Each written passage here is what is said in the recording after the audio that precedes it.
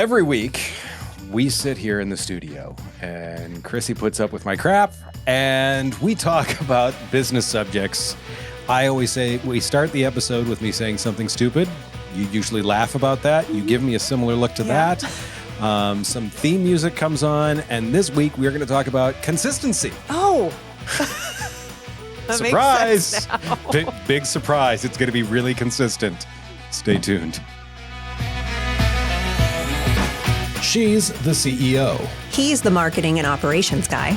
If it's broken, you need the business fix. Oh, so what's going on that you're excited about? So our daughter's home from Carnegie Mellon, and now we're back in school. So you have a family again. I do. The band is back together, and now we're doing all the school things, and I'm probably going to hate it, but that's okay. Do you now regret missing them? No, I don't regret missing them, but we're in senior year, and so now it's like everything is the first or the last of the firsts. So it's like the last time we're going to camp for launch point, the last time she has her first day of school, the last time they're going to drive away together and go to school together for the first time in the year. It's the last fall play, the last spring musical. You don't have these marked down or anything, do you? Oh, I do. They're in my calendar, so I don't screw up not being there. Because it's the first last. The first last. Don't do it. Or the last first. Can't mess it up. No. Got to be there. I don't want to be like, well, remember when you missed things when I was a sophomore? Yeah, but I was there when you were a senior. I got it together. So. Interesting. Yeah. So what about you? Some side projects. Yeah, there's some, obviously I enjoy two wheels. Yes. So something involving then that. And then plus we're starting to work on a side project with the Business Fix here in terms of us speaking about culture to people. Yeah. So that I'm super excited about that. We're already having fun with it. We have fun in here. We do. Some. You don't scream. I don't hear the screams, at least until you get in your car. No, I just cry in my car. It's all good. Well, once again, you consistently do that. And we're talking about how consistency is your company culture. Yes. It was interesting because we talked about last week how there with relationships in the business, there can be some favoritism, which is not consistent. No. And it's not just a good practice. It is a fundamental driver of everything in your organization. Yeah. To me, I have my reasons why I'm consistent besides just the fact that I'm mildly obsessive compulsive. And I mean, I've eaten the same exact breakfast for, I think I'm on like 12, 13 years now. Nice. Now I know why we don't have breakfast meetings. Correct. No, I'll have second breakfast. Oh, okay. So that we can, if you ever want to have a hobbit? Okay. Yeah. If you ever want to have a breakfast meeting, let me know because we'll have second breakfast. Okay, cool. No problem. Okay. I obviously don't skip many meals. Why is consistency important from your perspective on this? Yeah. So I think it's not just, I think oftentimes with consistency, we're like, it's about product consistency. It's just about what we do. Does it come off the line the same every time? Everything's the same. But no, I mean, it's deeper than that. It's how your values show up everywhere. So from how you lead meetings to how you treat people to how you treat your team, how you show up for your clients, consistency is everything. Predictability in those things builds trust, and trust is what creates safety, and safety creates a psychological safety culture. So you continue to move forward, you can innovate, you can do hard things when everybody trusts one another, and you know that there's predictability in how you're going to show up at work and how your boss is going to show up at work and how you're going to show up for your clients. So I like consistency. It makes me happy. What do you have for breakfast? I actually change it up all the time. But I know I'm going to have breakfast. And so knowing that I'm going to have it or knowing where I'm going to have it is what helps me. So I think when your people know what to expect, not just their job description, but in how they'll be treated, they can exhale. And so when your people feel safe and they feel like they can do their jobs, they contribute, they create, and they thrive. It's funny. I wholeheartedly agree with that because if people realize that if you consistently do the same things, if someone screws up and you consistently come in and say, hey, you screwed up. What do we need to do to fix this? They're going to be willing to take those chances. Yeah. If one time you scream at them, the next time you get grumpy with them, the next time you're like, oh, that's okay. We'll go ahead and fix this. And If they have no idea if Jekyll or Hyde is going to show yeah, up, you're a pendulum, but back and forth. right? Yep. They're not going to take risks. They're not going to do No. things, and that is, to me, the thing that I see with that is what creates that I'm going to do just enough to not get yelled at culture. Mm-hmm. They aren't going to move things forward. They're not going to do it.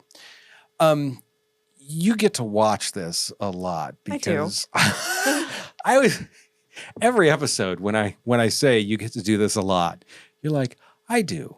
And you say that so modestly and politically correctly. Mm-hmm. I find it hilarious. Because I'm not telling you when it goes well. I'm not telling you when it doesn't go well. I'm just saying I do. So, I mean, what do you see when you see consistency? Because in working with other Mm-hmm. companies, you see times, the clients that you guys have Yeah. that are, if A happens, B happens. Yeah. Then the companies where if A happens, B may happen, D may happen, or Z. Yes. How do you see that consistency shape that culture? So consistency is culture. Sure. Just mic drop. Yep. All right. So period. Are we done? No, we can be. So I don't care how pretty your mission statement looks on the wall. If your people experience something different day to day, that's your real culture. So when leaders are consistent in their values, their follow through, how they treat people, it builds that trust, and predictability, like we've said, is safety. People do not grow in chaos. All right. You may thrive in chaos as a business leader or as a business owner, but most of your people are not going to be able to grow in chaos. So when inconsistency creeps in, that's when you see folks starting to shut down. They get defensive. They're not willing to take risks. They check out entirely. Culture isn't built in the big moments. It's shaped in those small, everyday moments that kind of keep us moving forward. It's the everyday signals, and those signals better match the message that you have. And you do that with consistency. Yes. 100%. Yeah. As you go through something like that, there's the confusion, the distrust, am I getting Jekyll or Hyde? Uh-huh. Yeah, the cover your butt behavior. Yeah. Yeah. Your team doesn't know what to expect. Like, what mood is that person in? Oh, the weather's warm. They're going to be nice. It's raining. They're going to be a jerk. Like, one thing that I want to go back to, you mentioned the mission statement on the wall. yeah. I see so many times where people have this mission statement. Mm-hmm. Here are our core values. Consistency, integrity, trust. Nope. Correct. And I mean, I don't know if you've seen the demotivational posters. Yes. I think I showed you one of them where it's teamwork. None of us is as dumb as all of us. Uh-huh. I see so many mission statements Mm-hmm. where it is the fancy poster on the wall. Yeah. And that is it. Because no one believes it. It's the Mm-hmm. values they want to have, Yeah. but it's not the ones that they do have. Yeah. And it's so funny when you said that, it just triggered that with me. I'm like, oh my gosh, because it shows that. When you lack the consistency, like what are some areas where you think like you see that damage Like kind right of off that the ripple bat? effect. Yeah. So, I mean, it's confusion, it's distrust. Once you lose trust, you can't PowerPoint your way back into it. You cannot fix it that way. Like, it's going to take time. So that ripple effect's really real. So clients feel it, turnover spikes, people stop taking risks, they stop coming up with new innovative ideas. They come into work and they're like, I'm here. I showed up, I did my time, I'm going home. And again, we talk about not being hostages. You've got hostages in your business when you don't have consistency. Oh, So 100%. yeah, totally. and then you're no longer leading, you're damage control. Do you really want to damage control every day? Yeah. No.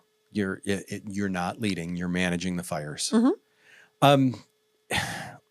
When they fall short in consistency. Yeah. I see it all the time because once again, I'll go to the mission statement. Yeah. You see the mission statement You do. and you read it, and then you can literally stand in the room where the mission statement is. Mm-hmm. And I've been in businesses where you look around and you're like, I don't see this anywhere. No. You see it on the wall. Yes. But you don't see it anywhere else. what are the most visible areas where you're like, oh, that the statement is pretty, but it's only in that room? So there are three things where inconsistency shows up the most. And I think it is, how we treat our people, how we give feedback, and how we make decisions. Yeah. Going back to our last episode, Yeah. relationships in the workplace. Mm-hmm. Do you think there's inconsistency there? Oh, an extreme amount. I mean, and you can take it not from even relationships, but from favoritism. Sure. So when favoritism creeps in, we make exceptions without transparency. Trust erodes fast. It just goes away. Nothing will erode trust faster than being inconsistent and making exceptions for people, as opposed to just saying, this is the decision that we've always had. This is a decision that we have to make.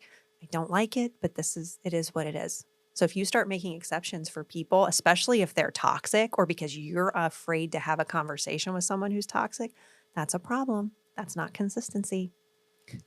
When feedback's inconsistent, people get praised constantly. Oh, sure. And then there's somebody else that's like, but that person, well, you're wonderful. You walk on water. You're a jerk. You can't do your job. They do exactly the same thing. Yeah. They may be having exactly the same behavior. I mean, again, that inconsistency, it's going to cause resentment. People are going to walk on eggshells. It's funny you say that, because that takes me back. My favorite saying, if I'm walking into a shitstorm, I want to know which way the wind's blowing. Yes.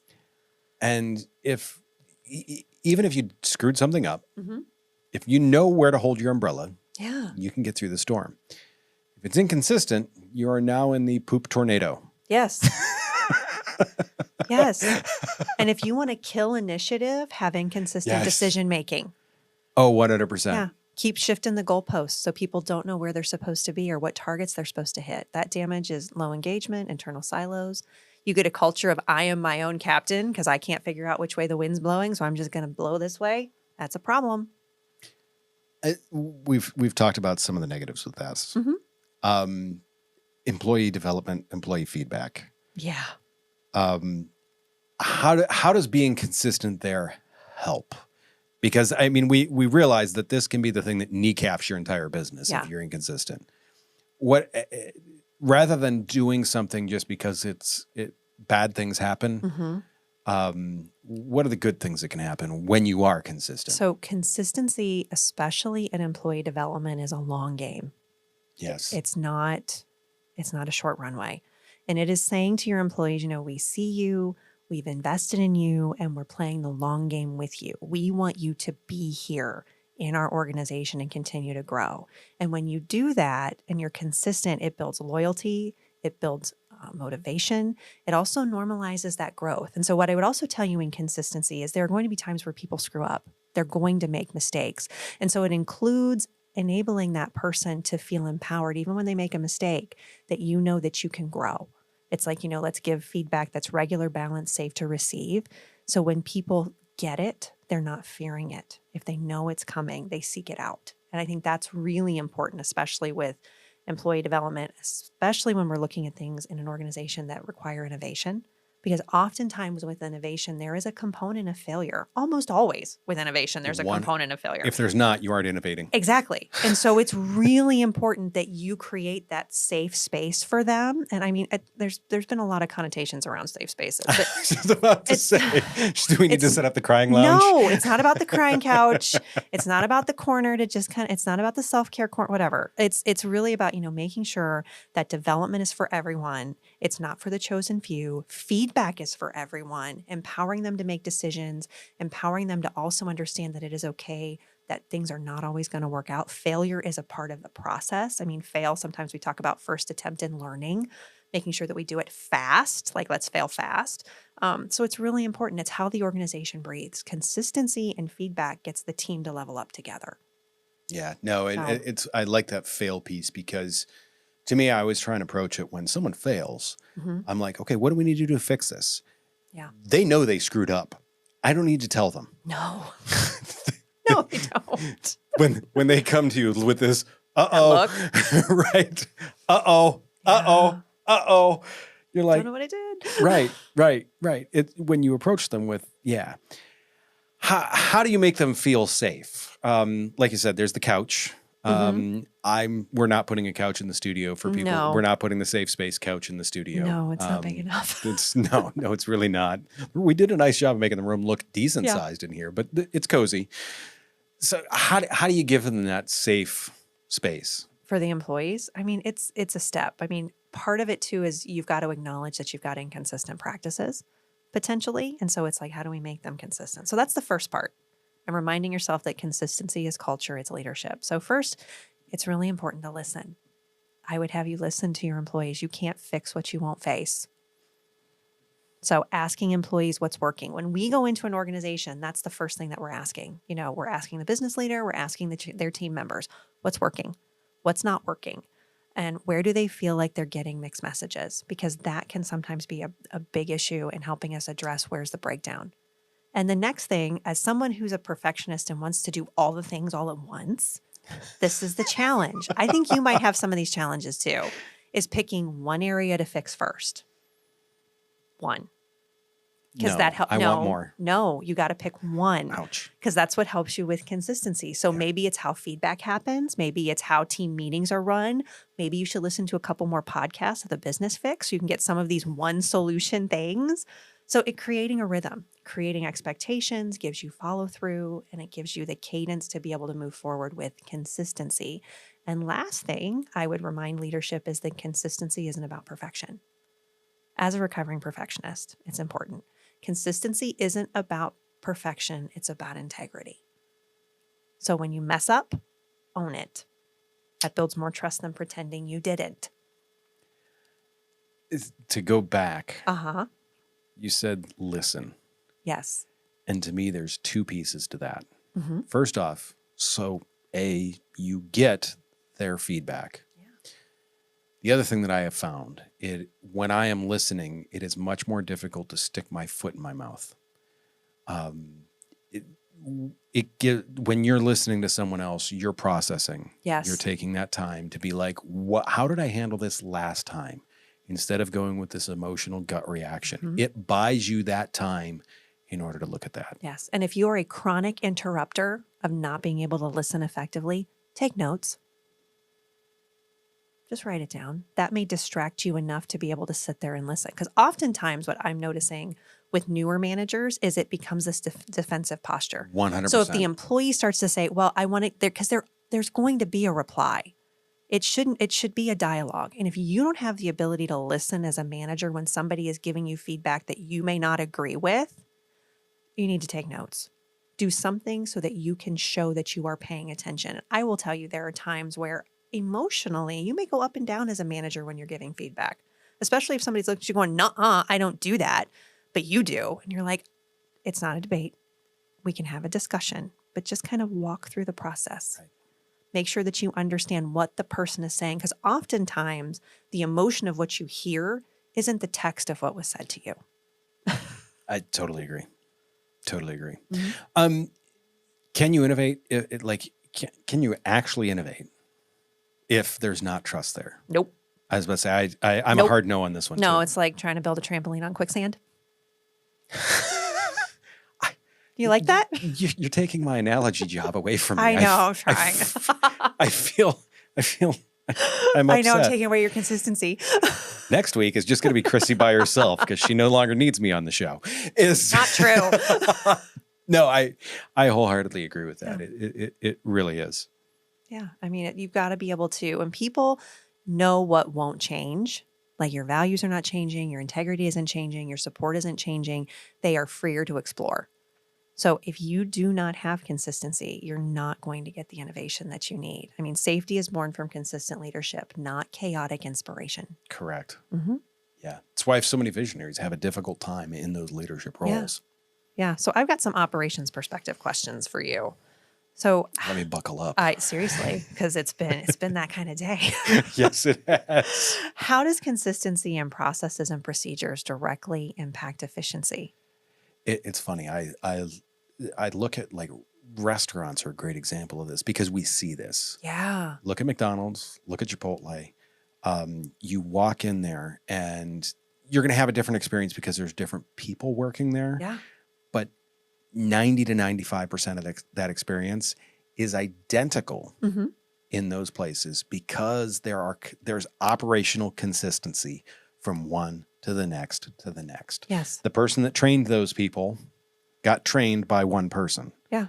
And it's the same person that trained someone in Chicago. It's the same person that trained someone. I mean, there's this network that they are all getting trained the same way on the same procedures. So you get that same experience no matter where you go. And that, to me, it's that productivity that allows it to go from if a McDonald's in, let's say, Wadsworth says, hey, we think we found a different way to do this that is more efficient. That can go up the chain and they look at it and they say, oh, yes. And then once again, it can go right back out to everyone else seamlessly because everyone's doing things the same way. That to me is that where those efficiency gains can be made because once again, it's easy to adapt to everyone. Yeah. And I would say consistency has levels. So, you've got the Ritz-Carltons of consistency and that level of service. And then you've got McDonald's, you've got different types of organizations. Consistently mediocre is a thing, and that's okay. 100%. Yeah. The fact that you said Ritz-Carlton and McDonald's in the same Isn't that great? sentence. I mean, but when you look at them operationally, you're going to walk in the same thing at every single one of them. All right. So let's talk about inconsistencies. So when they panic or laugh as they arise in daily operations, what are the immediate challenges that you see for managers who are trying to manage workflow and accountability when things are not consistent? It's interesting because it starts with that culture piece, like we talked about, that if it's not done consistently across the board, your customers, your clients, your product, everything is going to be inconsistent. And that costs money. If 8 out of 10 widgets come off the line good, you got an 80% hit rate. Yeah. That 20% is probably really expensive. In the same point, it's that consistency. If I have found, I can always tell the consistency of leadership in a business when I'm in there dealing with the customer facing side of things. Yeah. So true. You see it all for us, our core value is success is a shared thing. I treat all of our employees like if they're successful, I'm going to be successful. Exactly. And you know what? They treat everything that they touch the same way. If I treated them as just do your damn job, they would just do their job, which in some ways, okay, they would get it done, but there may be some bubble gum and duct tape involved. Yes. And that's not what we want. And so it's that building that consistency in how you do it goes top down. So what are some of the frameworks and tools that you use to build consistency or you would suggest people should use? Talking to a company about outlining policies. You're welcome. Yeah, we love documentation. Documentation. Not everything needs to be documented, but I think you need to, if you have core values, if you have a mission statement, those need, I hate it when people, they talk about a mission statement. This is going to be our mission statement. It wasn't until year 4 of me being in business that mine became apparent to me. Yeah. You're figuring it out. Right. That's okay. Your mission statement should be something that you figured out and then be like, oh, this is what we do and this is what we do well. We are going to lean into this. Yes. Because if you have something that you do and do well, you're consistent at it, and you can then lean into that and really go nuts with it. Yeah. Because it's easy, because it comes naturally. I see inconsistency in it when people are like, hey, we're going to treat everyone like rainbows. And No. I see you trying to laugh, not to just bust up laughing. Can you imagine if you saw me having that mission statement? No. I kind of want to. I mean, what's at the end of that rainbow, and it is not a pot of gold. I do not have a rainbow outlook on things. No. I want people to be successful, though. I really, truly want that. Yeah. I realize, though, that sometimes at the end of the rainbow, there is a big pile of poop. Yeah. So I'm not going to, I mean, that's not going to work as my mission statement. So therefore, if that was my mission statement, I wouldn't be consistent with it. No. No. And our thing at AUI and Clarity is we have a shared purpose statement. So we provide peace of mind by simplifying the complicated. There is nothing in it about sunshine or rainbows. It's going to be hard. We're going to do a lot of different things. It's probably never going to be the same any day. But what we will be consistent in is the purpose of why we're doing it. And to me, I love that too, because in your business, a lot of the things that you guys do suck. But the end result is good. It is. It's like going to the gym. I've got to move heavy stuff around here. But when you look in the mirror after a year of doing that and flex, and you're like, "Hey, are those abs coming for a visit?" It makes that difference. So what you guys do isn't always the fun stuff. No, but consistency is reps. You got to get your reps in. And the result of it is that, and you guys are very consistent in how you present things and how you work with things. There's not two companies will have different situations, but they can be handled the same way, and they can be handled across the board in that manner. And you're going to get a good result when you do that. Are we to the collaborative part? I think we are. We've done a good job. Look at us being consistent, following our framework. Imagine that. When you see, I mean, I talked about like, I can instantly tell when there is consistency and inconsistency in a business. Yeah. What are some telltale signs for you that when you walk in the door and you look around the room and you're like, oh, I know what's going on here. Yeah. These people aren't consistent. Yeah. Number one's whiplash leadership. Yeah. So when employees are constantly saying, are we still doing that? Wait, didn't we just say the opposite last week? Like red flag. So, leaders are setting new priorities without closing the loop on the last ones. It's exhaustion, it's frustration, and it's disengagement for your team.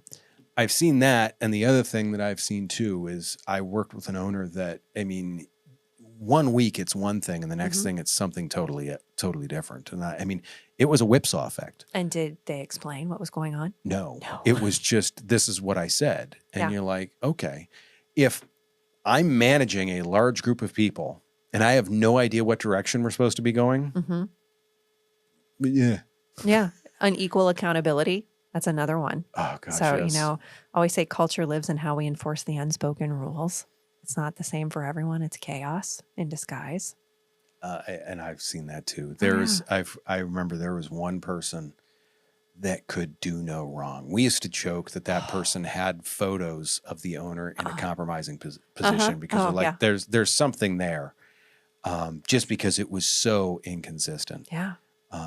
Someone in an equal position, other side of the company, could go, I mean, an eighth of an inch off center, and all of a sudden it is blow up time. Someone else blows something up, and they're like, meh. No big deal. Right. Yeah. And that will get you sued fast. Inconsistency. Yes. How you deal with situations. Problematic. Then there's mixed messaging. It goes with inconsistency too. Yeah. So, I mean, you've got a lot of different things. Managers deliver something else entirely. Marketing says one thing, leadership says another. Nobody's doing the things that they said they were going to do. Everybody's doing their own thing. When you're not aligned, it breeds skepticism within the organization. Then you're like, what are we doing? Do you really want to work here? When you've got one department headed one direction and another department headed a different direction, you're like, wait a minute here. Yeah. Another one that I've silent meetings, side conversations, all those other things. Yeah. When you'd see a group of people go into a room and you see the last person close the door, and as they're closing the door, they're looking out the door like, is anyone seeing what's going on here? As soon as there's that, does that start the speculation engine? Yeah. Oh, that thing is just, and I mean, it doesn't start like your car starts and goes at an idle. No, this is starting the speculation engine with the foot to the floor, just full tilt right to the rev limiter. It does. Silence isn't loyalty. It's usually fear or fatigue. Oh, yeah. Yeah. What are they saying about me? Because I don't know about you, but my brain goes to the worst place. Yeah. They're talking about a million miles an hour. They're talking about me. We're going under. There's a problem. Right. Everything's, Right. What's going on? When no one speaks up in meetings, there's a Slack thread of venting later. That's a problem. Again, that silent meeting, side conversation. It's not, you don't want that to be your reality. No. People need clarity to feel courageous. So if they don't have clarity, they're going to be silent. Is that where the name came from? I feel like we talk about clarity a lot. Yeah. About clear. Makes sense. Yeah. Makes sense. Other thing on the HR side, onboarding versus the reality gap.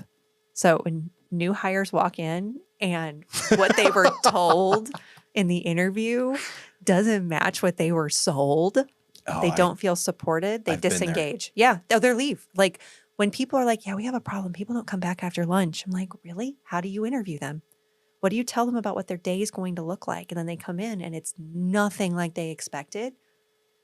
You need to have a healthy dose of reality in what your organization looks like when you are selling it to other people who want to work there. Don't tell them it's all sunshine and rainbows if it's hurricanes and tornadoes. Be honest. The example that I give of that was there was a place where I'd started and they said, we have a very extensive training program. And it was 40 hours of videos from the manufacturer. Oh, that's fantastic. Correct. And I was like, can you just give me the pillow so I can sleep through most of these? Seriously. How many people actually listened to all of it? They didn't. That was the training scenario. That was their extensive training program. They're like, we invest a lot in training. And we have no idea why nobody understands what our product is or things keep breaking. We're clueless. Correct. My favorite, yes, and you worded this, but I love this, is fire drill fatigue. Yes. If everything is a priority, nothing is a priority. I worked at a place for a very, very short period of time where everything was an emergency. And this is where I learned how toxic this saying was, is when people say you need to be like a duck. Have you heard that one before? Yes. Where ducks, they're very calm on top of the water, but under the water, they're paddling furiously. I don't want to be a duck. Right. No. I don't want to be a duck. I told them to duck off. That's also that's anxiety. I'm just like this. So you want me to look calm even though the sky is falling? No. That's where burnout lives. 100%. And that's exactly what happened to me. In a period of about 4 months, they completely burned me out. And I was like, no. We have and the problem is it was them not addressing the issue. We had issues with how things were being scheduled, which caused the employees they said, you need to look like the duck. And I'm like, you should duck because I'm going to hit you. Yeah. That can cause issues. I mean, you have workplace injuries, you have burnout, you have high turnover. Oh, there was going to be some injuries there. Yeah. You can't always be in triage. Most organizations, I mean, there are firefighters, but like most of us are not firefighters. We weren't built to be firefighters all the time. We can't live in crisis. We can't live in chaos. We need consistency to be able to do our jobs. Correct. You need a person that can be the firefighter when needed. If that person is busy all the time, you done messed up. Yes. So, should we go over the key takeaways on this? Think you should we just end it with that? No, I think you need to go over them. Consistency is your culture, 100%. If you do not have a consistency, you do not have a culture. And if you do not have a culture, the worst of the worst is going to seep in. That is my whole, just full stop take on it. Yeah. What's one of yours on that? Inconsistency breeds confusion, distrust, and disengagement. So while consistency is culture, inconsistency is not what you want. When leaders waffle, play favorites, stop leaning in, trust is eroded. And once you've eroded trust, good luck keeping your top performers. I love that because I said consistency is culture. If there's no consistency, then it leaves room for, and you said inconsistency breeds. And I've got to go back to the last episode that we had about interoffice relationships. People breeding the confusion, the distrust, and disengagement. And chaos. And in more ways than one. Yes. You cannot innovate without a stable foundation. No, can't. We've talked about this. If people are afraid to make a mistake, you're going nowhere fast. Yeah. You are just going to get enough done to get today done, and they will hope to survive. When people say survive another day. No. Right. That should never be on your wall. Right. Are you a deer in the woods? Survive another day. No. Well, I would say it's really important too, as much as we're laughing about some of this, that consistency is really the small stuff. It's the small stuff that shows who you are. Making sure you're following through, making sure you're giving feedback, making sure that you're listening, paying attention to your employees.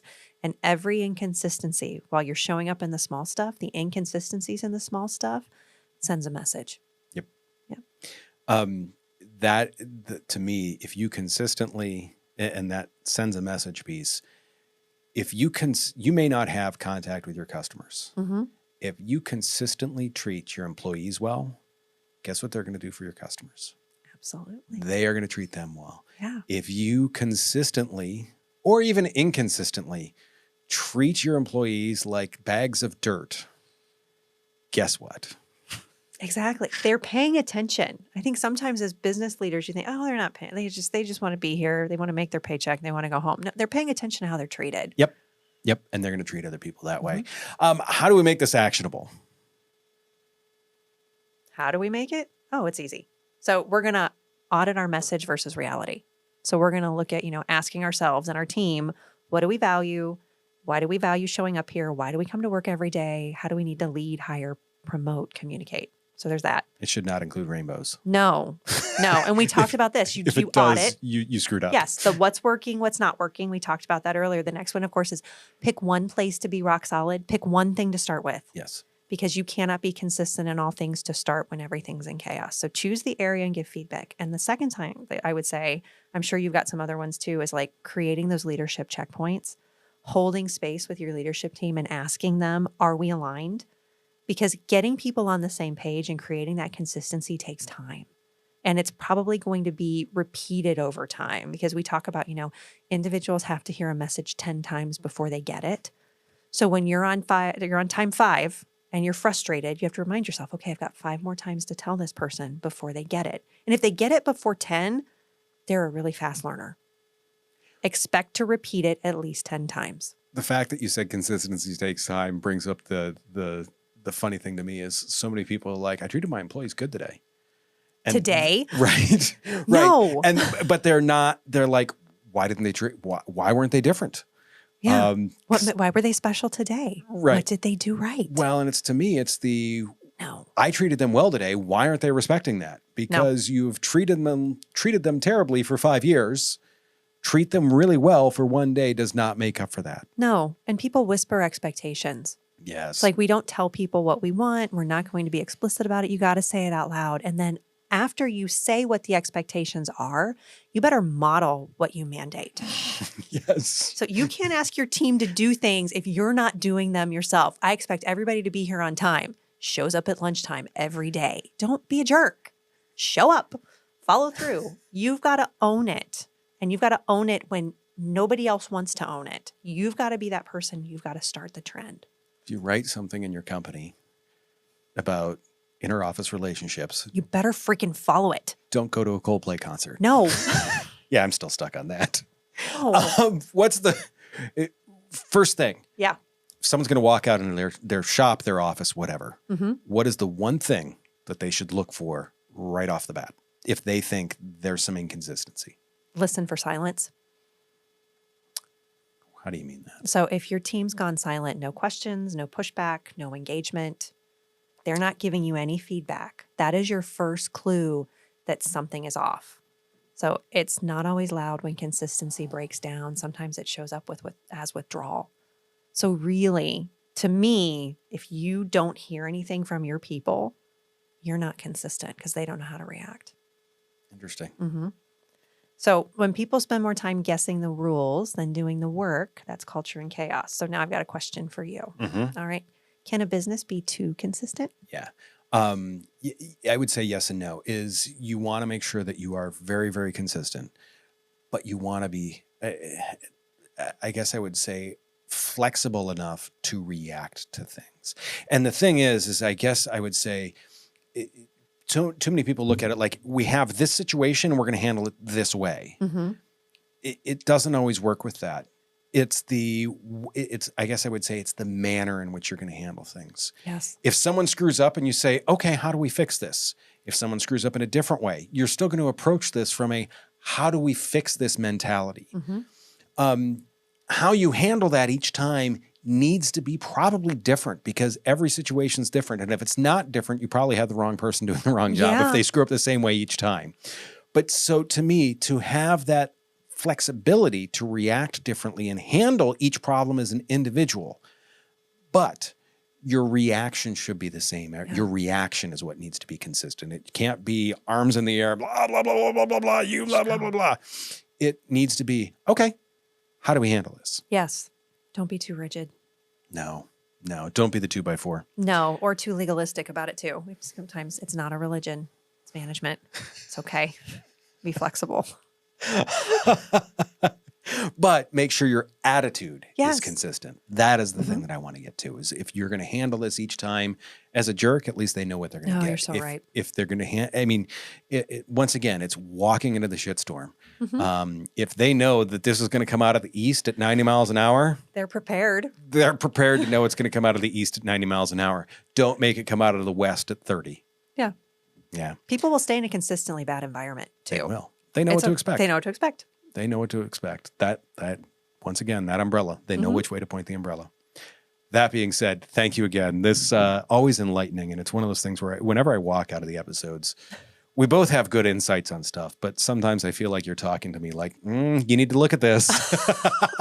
But that being said, go to businessfix.com. Hit the Business Fix on social media. Go to the page that we're looking at about having us talk to your business about this. We're excited. We've got some really good stuff in the plans for that.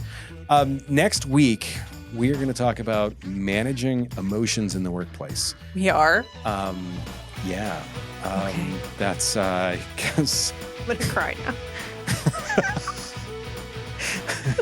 you all know I'm animated, but you don't realize that I have no emotions. That being said, do us a favor, take care of yourself. If you can, take care of someone else too. We will see you very soon.